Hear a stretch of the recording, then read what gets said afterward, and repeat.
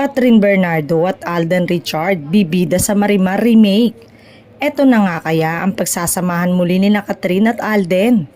Pagkatapos ng box office hit na Hello Love Again ni Catherine Bernardo at Alden Richard, hopyang-hopya ang Katden fans na may kasunod pang project na pagsasamahan nilang dalawa. May lumutang na usapan na kesyo may nilulutong drama series na collaboration daw uli ng GMA7 at ABS-CBN Studio. Eto na nga kaya ang pagsasamahan muli ni Catherine at Alden. Pwede dahil may lumulutang na kwentong i-remake na naman daw nila ang Marimar na pagbibidahan ng dalawa. Sa ganda at kaseksihan ngayon ni Catherine, perfect siyang Marimar at sino pa ba ang pwedeng maging seryo? Walang iba kundi si Alden.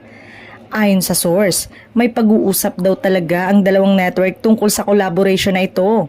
Pero sabi ay sobrang mahal daw ang sinisingil ng Mexican production na nagmamay-ari ng Marimar. Sobrang tagal na nga namang sikat ang Mexican telenovelang ito at ilang beses nang ine-ere sa iba't ibang istasyon. Ang OA pa rin daw ng presyo ng franchise. Pero kamakailan lang ay nag-reach out daw ang Mexican producer ng Marimar na pumayag na raw sila sa tawad ng GMA7. Hindi na alam kung itutuloy na ba ang pagiging Marimar ni Catherine at pagiging seryos Santibanyes ni Alden Richard.